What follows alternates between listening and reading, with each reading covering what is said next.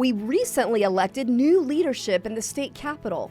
But what are we doing to encourage and inspire the next generation, our youth, the college students, who will lead the way in speaking up for life in the womb in this country? Today, we let you listen in to Victoria Cobb's personal encouragement to those students. Plus, Governor Youngkin calls for a boycott of Eventbrite. Learn more about that and what you can do. Welcome to Speak Up Virginia, equipping you to speak up on the life, family, and freedom issues that matter most to you. From the Family Foundation, I'm your host, Candi Cushman, with our president, Victoria Cobb.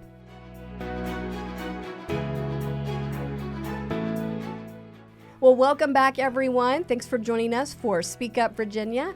We hope last week's election analysis was helpful as you headed out to the polls, and we hope that every one of you went to the polls. I will say, though, we are looking forward to Victoria's insights and analysis on the election outcomes. However, we are recording this just before November 7th. So if you'll bear with us, in a few days, we will have the analysis from Victoria on the long-term impact of this election. But for now, we have a couple of other special updates for you. First of all, I just wanted to update everyone on what's going on with this whole Eventbrite controversy. Yeah, it's been fun to watch, that's for sure. And I'm glad to see a spotlight on Eventbrite. Yeah. We've had an issue for a long time. So yeah, last time you might remember, or just a few episodes ago, we talked about how our South Carolina sister organization, the Family Policy Council in South Carolina, how they had their event deplatformed because they dared to talk about the dangers of pushing children down this gender realignment, gender surgery path, pediatric gender surgery, and Chloe Cole was one of their featured guests, and so that was depublished. Well, apparently this is not an isolated trend for Eventbrite. Yeah, there's no question. This is obviously something they regularly do, or this wouldn't start coming to light quite so obviously. But basically, there's a newest one that has been sort of triggered this coming back out into the spotlight, and that is that a few days ago, Riley Gaines, hopefully everybody remembers her. She's one of our great, brave women standing up to save girls' sports. So she comes out and she basically went with a speaking tour, a public speaking tour at colleges called Protecting Women's Sports with Riley Gaines, and she was deplatformed by Eventbrite. So they gave basically the same sorts of reasons we've heard before, saying they don't allow events that discriminate against or incite violence. So with certain targeted individuals or groups or whatever. But here's the thing. This is so ironic because they are allowing events that are, I would call them pro-Hamas or celebrations related to what we would say is terror going on in the Middle East. And so clearly the standard is not solid. Yeah. Well, there is good news out of all this, and that is that our Governor Youngkin, has taken a very strong stance when it comes to this double-mindedness on the part of Eventbrite. He said that when he learned that they were censoring women like Riley Gaines on this girls' sports issue, and then at the same time allowing these events around Hamas, that was it for him. So he came out with this comment. I'm going to quote from it. Quote, "As governor, I've told our political committee that we will no longer use Eventbrite, and the governor's office is no longer using Eventbrite. And I would ask your listeners, do not respond or RSVP to an invitation from Eventbrite. Just stop using them." I think that's fantastic. I was glad to see when our Attorney General was on top of this and now our governor's on top of this. And, they basically had to say, we got your, because he's doing events. That's the funny thing about this timing. There have been rallies leading up to this election. There were kind of nonstop events. And so Eventbrite is actually losing a lot of registration going on because there was like a rally every couple of hours across Virginia the last several weeks up until this election. And so it's a big deal. And I'm really pleased to see him stepping into this because unless they are stood up to by powerful people, they're going to continue to do this. Well, do you think people will respond to his call to action, that they will see a significant drop of people not using I sure hope so. I hope it's an awareness factor for people who use it for other events, but certainly there are a lot of events that were flowing through our PAC and our state through Eventbrite that will stop, so that's at least a starting point. Yeah, and like we've said, this is happening over and over. It's affecting our sister organizations, people like Riley Gaines, Chloe Cole. It's a definite pattern. So I hope people will respond and they'll get a definite message. But with that said, I do want to get into a special treat we have for you today, and that is we are going to air a speech that Victoria gave recently for a Students for Life club at Christopher Newport University. Now, Victoria, I know you have a real heart, a passion for speaking to the next generation on this topic. Why is that so important to you?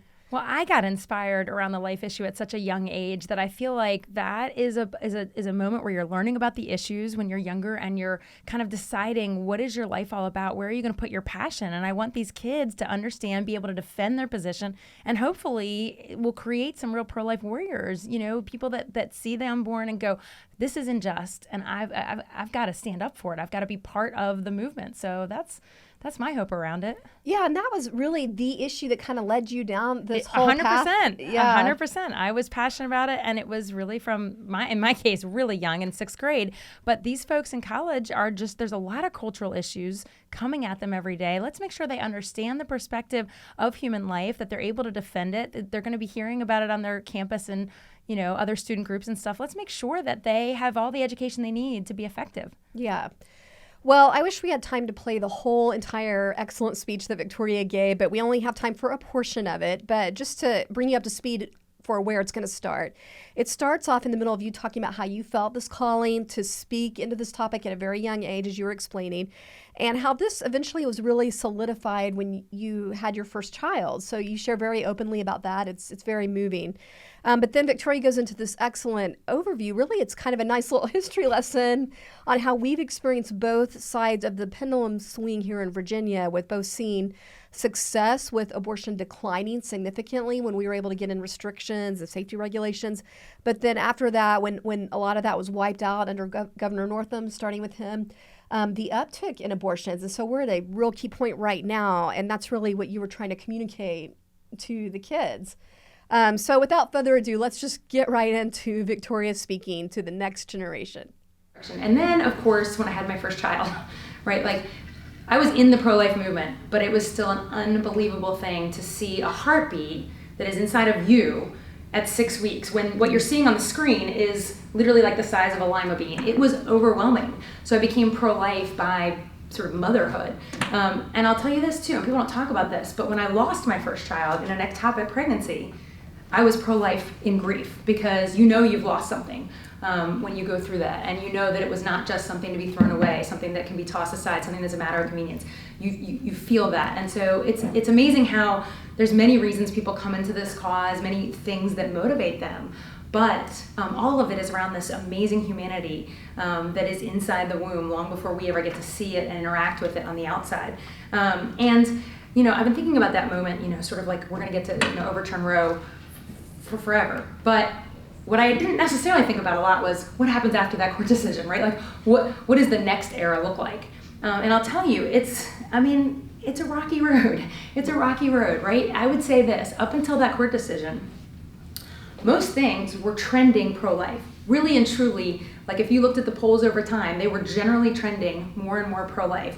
And I'll tell you, that's because so many people have done so much legwork in this movement to change hearts and minds, to be outside pregnancy centers, the 4D ultrasound, all those things were contributing to kind of this trend of going in the right direction. And I know that you guys, in some way you're here and trying to contribute something to this cause, so you're gonna end up being one of those, I think it's been 1 million plus people that have been part of the progressive movement that we've had from 1973 when it's a blob in the womb or whatever they wanted to claim that it was, until now, where I don't think that's disputed anymore. I mean, they can claim it, but there's not a real dispute about what's going on, because science has shown us and revealed it in so many ways. And so I thought about this, and in moments after the Dobbs decision, I told supporters and reporters both, and as a person of faith, I said, like, this is an amazing moment of celebration. We are so grateful to God. But I told them, I said, but you have to think of this moment as an open door, not a battle won, right? Like, that was the possibility, right? All of a sudden, states can do what it is they want to do to protect human life, right? We can go further than we've ever gone before, but that's not a completed race. That is not the final moment. And we see that 2 years later, or whatever we're at, a year later, whatever it is. We see that, right? We see every state is taking different directions on this question. And so we know that it's harder than just a court case, right? This is a much bigger deal than just a court case. And, it was sad because in that moment, I knew Virginia wasn't in a place where, even though we had the open door, that we were going to take it, because we had a liberal House, Senate, at the time. I mean, it was like, we had barely gotten a new governor, so like we knew, actually at that point, we had gotten a new governor, but we knew we didn't have what it took to be pro-life. And so it was kind of like this bittersweet, like we can, and we get to watch other states do it, but we're not in a position to be able to do that. And it's, in where we are as a Commonwealth is we allow abortion pretty much, into the third trimester, depending on your reasoning, right? So like it's through the second trimester, and then a couple of doctors have to agree around what the reasoning is on the third trimester. But that's a very, very liberal, laws around abortion. That is, our laws, and it's really important when you talk to people to help them understand this, our laws are more similar to North Korea and China on abortion than they are all of Europe. Most of Europe is like 12 weeks, and then they're like, okay, enough is enough. Places like Germany actually require that you get counseling if you get an abortion. They understand it's a serious matter. So when people make it seem like, we're so behind the times, and in many other issues, everybody points to Europe, oh, they're so progressive, they're so great. On abortion, if we are like everything else, we're pointing to Europe as leading the way in all sorts of stuff, they're leading the way in being more humane than Virginia. So I just share that because sometimes I think our perspective gets warped by what the media tells us around abortion law, and it's not necessarily the case. But in Virginia, we still had, so in 2020, where the stats are really clear, 18,780 lives lost to abortion in just 2020. And there's been an uptick, so we know there's been a 5,000 per year abortion increase since 2020. So we're assuming when we get the final numbers of this year, we're into the 20,000s. And we were trending down. I'm going to talk a little bit about what the law has done and why those numbers are what they are. But I explained to reporters, even right after Roe, our goal was never overturning Roe.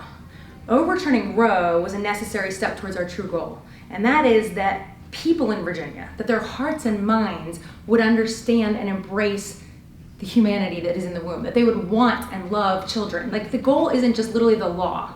The goal is that we bring people along to understand and respect human life, right? The law is a piece of that. It is not the entire piece. And I think it's really important that we're clear about that, because otherwise people will think you can just do it in a policy and it magically fixes everything, and it doesn't. And that's, you'll hear people say, oh, we're gonna go back to back alley abortions. We're not, but nevertheless, and they are not the numbers are not what they claimed they were anyway. But the point is that we have to move people's thinking and beliefs about it in line with the actual laws. Certainly the law can be a guide for what's moral and what's right, and in that vein we do seek to ban abortion, right? The law does tell us what is right and wrong. But if we haven't changed hearts and minds, the moment that you pass some great pro-life law, like let's say Virginia could pass at least a heartbeat, something like that, the moment that you do that, you'll get unelected immediately. The next election you'll have backlash because you haven't moved people along with you. And so it's really important. Lincoln had this statement that he said, our government rests in public opinion. Whoever can change public opinion can change the government practically just so much. It says, whoever molds public sentiment goes deeper than he who enacts statutes or pronounces judicial decisions, right? You gotta actually move the people. And then, of course, all those other pieces. And which one comes first, isn't the point, because a lot of times the law can come ahead of changing hearts and minds, but they better be somewhere in the same direction, or you're gonna have a really hard time holding the law to where you want it to be. Now, what's exciting about the moment of time that we're in, beyond just the legal stuff, is that it is almost like the younger you are right now, the more it's almost just, you have to be in total denial to be pro-choice. My children, for example, I have 4 children. Each one of them can literally pull up a digital file of their own color ultrasound. So my kids can see themselves when they were in the womb. And that is true really about anybody. I mean, it's commercial versus necessarily like what you get at your doctor. Your doctor gives you the black and white or whatever, but you can literally go and get that product. And so when you're looking at yourself in the womb, it's really hard to be like, yeah, that's not a life, but yeah, that should be expendable. And that's just a pretty amazing thing. And they can hear their own heartbeats. They can literally go back in history, see it on a recording, and see their own heartbeats at really early ages. And honestly, they can see similarities.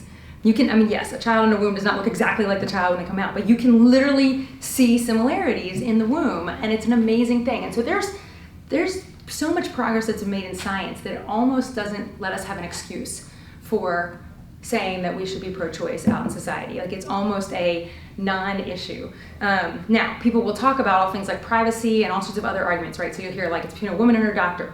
All of those things would be true if it weren't another human life, right? They all predicate, right? So we don't allow someone to kill another human being for any other reason that's alive and born, right? The only difference is we sort of have these arguments and we pretend it's not human in order to reach the conclusions around the objections that we hear from the other side. So, we acknowledge that those beautiful images weren't available to the U.S. Supreme Court when they decided Roe, right? Like 1973, what they were dealing with wasn't what we have now. And so they wrongly decided that abortion had to be tolerated in 50 states. And in that moment, they failed to err on the side of protecting human life. They overruled states that had wisely recognized the central and primary role of the law, which is to maintain human life, right? Like, that's like the base level law. Like, we do not murder. Okay, we're good. Like, that's at least the starting point. And they, they failed to sort of wisely err on that side. And they, I jokingly say they defied the words of Dr. Seuss. A person is no matter how small, right?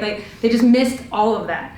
And in Virginia, we've been working to create a day where abortion is not just rejected, not just in the law, but also in the human heart, right? Like, that's the goal, that they're both parallel and simultaneous.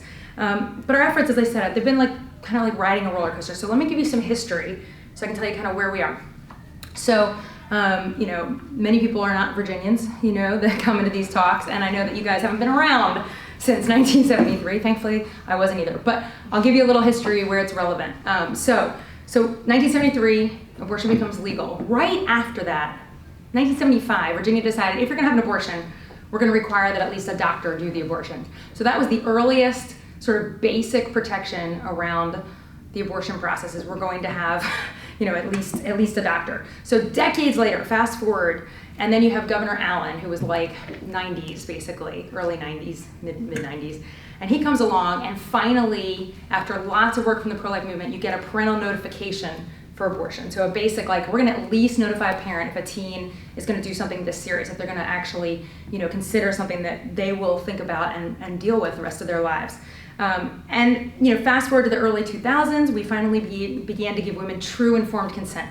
What does that look like? Well, a basic, at the time, go back in technology, a basic pamphlet that showed the gestational development of an unborn child. So women could go, okay, I'm this far along, this is what I'm dealing with when I make this decision. It also had things like 24-hour waiting period. And you hear the other side talk about it as this great inconvenience. FYI, and you guys probably don't do a whole lot of, hopefully you don't have to do a whole lot of medical appointments. There's almost nothing you don't wait 24 hours for in the medical world. I can't think of a single surgery you can walk in, hey, I'm gonna get this right now. It doesn't happen, but you'd think in the abortion space this is some kind of radical thing, and they've convinced people this is a radical thing. This is not a radical thing. This is the normal medical world, and somehow abortion used to sort of fall, and now has gone back to that, outside the normal kinds of laws we put around medical facilities. So we had kind of 24-hour waiting period. And what is that about? That's about not having coerced abortion. And this is really important. A lot of people talk about abortion as a woman's choice. It is not always a woman's choice. A lot of times it is a woman's coerced choice, and that is usually by the boyfriend or the father of the baby, or sometimes, occasionally, by family members. That is devastating. So when you hear all this radical feminism around abortion being a choice, be aware. That is often not how it actually plays out, and not what it is in reality. It is a total lack of support at a minimum from her community that is driving the decision, or at maximum it is actually someone pushing her into it. And so the 24 hours is trying to create a gap so that there is some ability, so somebody can't find out, and almost like in a domestic abuse sort of scenario, rush the person into an abortion that they will regret or have concerns about the rest of their life. So that was something that we finally got us. And then we finally moved from parental notification to parental consent. One parent saying, I actually think this is a good idea for my child. Because remember, we're talking about under 18, decisions under 18. In lots of other areas of life, most areas of life, when you're under 18, we think you're not quite totally there in maturity. And, there's a lot of science around the brain hasn't fully developed. I know you don't want to hear that because it's, not that long ago for some of you, but that is a real thing, and it's real in science. And it should mean, for example, that when, you go and do something stupid that violates the law, it should mean that the punishment is not the same as an adult, right? There's real, but we ought to be consistent about this, that the parents need to be a very important force in the life of an under 18 child. So we added consent. Right, then fast forward through the years of Governor Warner, and then fast forward through the years of, and you guys probably only know him as a U.S. Senator, but The I'm personally pro-life, but I do everything I can to further abortion Governor Tim Kaine. So now he's our U.S. Senator, and that's literally his position. Like, he'll tell you how he's Catholic and how he used to say he was totally pro-life. Now he doesn't even say he's pro-life because he's now a U.S. Senator and doing entirely the bidding of Planned Parenthood. So now you don't even see that side of him. But when he rose into the governorship, he really played up his Catholic faith, and he would talk about it and just be like, but I just don't think I can choose that for everyone else. And then he did all sorts of things that helped Planned Parenthood while he was in the so go through that era. We didn't really change the law during that era. But then we get to Governor McDonnell, and we had a generally pro-life-ish House and Senate. So we kind of had all the pieces in place to be able to make some traction. And the big things that happened is one that you may have heard about, you may not at this point because it's been long enough, but we had a bill that said, it was called a window to the womb bill. And this just simply said, just like you do in every other medical arena, a woman has a right to see her own ultrasound. That's a diagnosis test that is done while you have an abortion. We hope most of the time, not 100%, which is even scarier that an abortion wouldn't be absolutely required at all times so you know what you're dealing with. But nevertheless, so we basically said a woman has a right to get to see her own medical test, which is an ultrasound. This was a huge deal, and you'll still sometimes hear about this as it pops up in articles, like as if this is some violation of a woman's personal space by saying she should have an ultrasound before she has an abortion, right? The moment you have an abortion, you're going to be violating, right? Like if that's their version of violation, that's all part of the process, right? It's a surgery. It's not this is not something that is without medical consequence, right? So anyway, so that was actually a big deal. It was mocked on late night shows. It was a huge political battle in Virginia. But we believe it's simply letting women have that right. So that was a big one. And then the other big one was that basically we were able to get safety standards put in place around facilities, medical facilities that do abortion. The reason I say medical facilities is because they are doing a surgery. They are also now doing pills, but they are doing surgical abortion at these facilities. And they were essentially carved out of all the laws around how those facilities should be treated. So if you went into your knee surgeon, you knew certain things were going to be in place. There was going to be life resuscitation when you got knee surgery. If something went south, you knew. Frankly, even oral surgery, you knew that there was going to be, so I actually literally know a child that reacted badly to anesthesia, getting her wisdom teeth out, maybe saying you got your wisdom teeth out, literally got rushed by ambulance. But if they had not had, because she just didn't stop breathing, if they had not had the right equipment, just doing oral surgery, we would have had a problem. But abortion facilities did not have to have any of that stuff. This was a huge battle that lasted years and years, back and forth. Because eventually what we did under the McDonnell administration was we passed a law that said they should be treated like other outpatient surgical facilities and put some regulations around them. And then it was kind of a whole back and forth, and then Terry McAuliffe came in, the next governor, and tried to undo it, and ultimately they were undone. But that sounds like something small. First of all, we wouldn't agree with the decision around abortion, right? Like, we don't want anyone to make that decision. But we don't want to lose 2 lives when that person walks into that facility. And I will tell you, and Sherry can tell you, because if you've ever been in and around an abortion facility, most of them are not at all like how you would walk into your other outpatient surgeries. There's just not nearly the money put into them to make them sanitized and have all the right equipment. We learned this because one of the things that happens when you put in safety standards is they do inspections. And you guys do not want to read what the inspection reports had, like literally blood on the tables, like things you would never want to know. And we would just argue that when you have a culture around death, your care for even the human life that shouldn't be at risk just isn't what it needs to be. And that's just we either value human lives all the way around the pike or we don't. And so that's why safety standards were so super important. So all that to say, we got a whole bunch of laws put in place that were really important. And here's what's awesome about this, is that all those laws, we actually literally got to see a 40% abortion reduction in 5 years after all those things got put in place. It was like the whole country started trending down, which was great. Virginia was trending fast down, and we really truly believe it's because some of the clinics closed as a result of not wanting to keep the standards, and then things like, hey, a woman has time to think about it, and all those kind of pieces of incremental law. Because sometimes you'll hear people say, if it's not a full-out ban, it's not worth it, right? You'll hear that. We want, of course, no abortion at any time ever because we believe they're human lives from the moment of birth. However, we take the philosophy of the Family Foundation. Let's save every life we can today, then save every life we can tomorrow, and then save every life we can the next day. And sometimes, because of the nature of politics, that goes slowly. It just doesn't happen as fast as you want. So these little incremental things, although they aren't what our ultimate goal would be, which is to save every human life, they are important. They are really important. So anyway, all that to say, we had to survive the years of Governor McAuliffe. So he was a governor that literally said, I will be a brick wall for reproductive rights. Nothing will get through me, right? This was his big kind of claim to fame. And he was very successful in undoing those safety standards, which was very disappointing. And he just did it through the regulatory process. So the actual literal, like, do you have to have this machine? Do you have to have, that was all done by the Board of Health. And when you're a governor, you get to pick who's on the Board of Health. So he basically picked people who literally just took all those things out. So the law still said you got to have safety standards, but then there really were no standards because the board just kind of like removed anything of any value. So it was a very, very long, intensive battle. We went to court over it. It was a whole thing, right? So then we get to Governor Northam. So that's probably the one that you at least remember because he was the last one. And Governor Northam had 2 years where he was in the governor's office and had pro-choice, pro-abortion folks controlling the House and the Senate. So they had the opportunity to do whatever they wanted on the abortion law, and no one was going to stop them. There was nothing we could do to stop them. So we, of course, argued against everything they did. But what they did is they put in one bill that stripped away every pro-life law we had. So literally threw it all in one bill, gave us 5 minutes in committee to oppose it, even though it had taken us 50 years to get all those individual laws put in place. And they removed them. And so literally down to you don't have to have a doctor anymore. Even 1975 law was gone.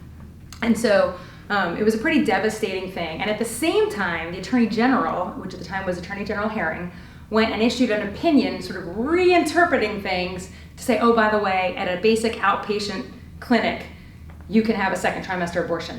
Prior to that, you at least had to be in a hospital if you were past 13 weeks because guess what? It's actually a much harder, more serious surgery if you're going and taking a more well-developed baby, and there are more risks associated. But Herring sort of reinterpreted it, and all of a sudden we had second trimester abortions happening out in Virginia Beach and other places as well. And so when that happened, I will just tell you, I was honestly shocked that, and I shouldn't have been, but just that anybody thought that we needed to repeal a law that at least ensures that a woman has a doctor. Like, to me, and that women bought the fact that this is really about abortion and rather their own care. To us, it was incredibly important that this be treated like anything else. They're just not surgeries that you do, not with doctors. You just, almost every, you don't typically let people do invasive surgery who are not doctors. You don't find a nurse doing anything else, but yet somehow abortion, again, was going to be treated differently. And we were shocked that anyone would consider repealing a law that ensures that women don't have full informed consent. It's amazing to me that they didn't receive more public backlash, that look, you're literally removing information. And they would say, oh, we're not anti-information, and then they'd wipe out the requirement that women get all the information they need to make, because if it's between a woman and her doctor, okay, we disagree on that philosophy, but if it is, she really ought to still have all the information, right? We still don't want people with mental health crises because they regret something because they didn't have all the information. I actually have a friend who had 2 abortions, and she'll tell you she did not have the information. She was in trauma, scared about unplanned pregnancies, and literally went and she said, I don't even remember anything except looking at the floor and then being done with the process because she just couldn't process and nobody even handed her what it was. And she said, honestly, sort of understanding later, I mean, this was a lot of years ago that hers were, she's a lot older than I am, but she said, like, just after learning what I had done, that amount of now knowledge after the fact caused her extra mental health issues. And she actually went through a whole season of addiction, trying to numb the pain, which is not terribly uncommon. I'll be honest with you. It's not talked about, but it does happen because women discover that they did something they didn't understand or that they were coerced. And so it's just amazing that they want to get rid of sort of information. And I mean, we should all still be shocked that in the 21st century, we still have people that want to take human lives at all, right? We shouldn't get numb to that because that's just not who we want to be as a people, right? Like, we want to be on the right side of history where we value everyone. And it's interesting to me that we're in a culture that really understands in a way that our parents didn't and your grandparents didn't, like minority rights and the most vulnerable in our society. There's more effort around all those kinds of things. The most vulnerable in our society are the ones that don't even have a choice to get here in the first place. Well, I just love how you really honed in on this point for them that it's not about the law as the end-all be-all of what we're doing here. It's about redemptively impacting the culture. Why? And, you were saying that several times. So why was it so important to you that they understand that? Well, because I think there's been so much made of we needed to overturn Roe and we've got to get our laws squared away. But if the hearts and minds aren't moved, we haven't addressed the problem, right? People will always find a way to do those things that they want to do. So we want culture to not in any way think that it's okay to take the life of a human being. And I think for young people, I was trying to really make the point that they are so all about protecting the vulnerable. They're all about being the voice for the voiceless, protecting the minorities. The most vulnerable is the one in the womb. And so I just really wanted them to connect those dots, that's what their whole generation is about. But the unborn is a victim that needs defense. Yeah. Well, I do want to remind everyone that you will have an opportunity to personally speak and visually represent those who cannot speak for themselves, as Victoria said, on February 21st. That is the Virginia March for Life. It is going to be exciting this year. It's going to be a wonderful experience. So mark your calendar right now. Do you remember, it kicks off around 9 in the morning. There's an advocacy day in the morning, and then there's going to be basically a rally where we'll bring in some speakers and really talk about what the key issues are. And then I think, right around noon, we march around the Capitol. Yeah. So make sure you mark your calendar. And I guess with that, we'll just wrap up. So thank you for joining us this week. Don't forget to share our Speak Up Virginia playlist on YouTube. That helps us get the word out to more people on these important things like March for Life. And if you're listening on the audio version, Spotify, Apple, make sure you give us that 5-star review so that our program will reach more people. Thanks for joining us. Remember, we are stronger when we speak together.